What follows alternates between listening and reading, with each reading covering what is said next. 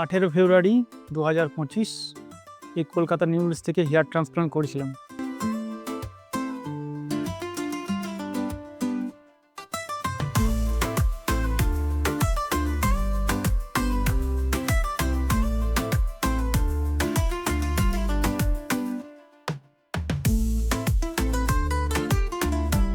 আজ আমার হেয়ার ট্রান্সপ্লান্টের বয়স হচ্ছে 6 মাস 6 দিন। আমার আগের লুকস আর এখন লুকস আপনারা ভিডিও দেখলেই বুঝতে পারবেন। এখন কোনো অনুষ্ঠান বাড়ি বা বিয়ে বাড়ি যেতে আমার কোনো অসুবিধা হয় না।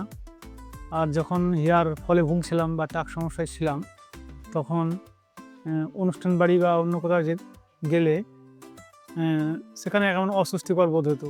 কেবল আমি চুলগুলোকে টাকটাকে কীভাবে ঢাকাতাম রুমাল দিয়ে, এইসব সমস্যাগুলো হতো।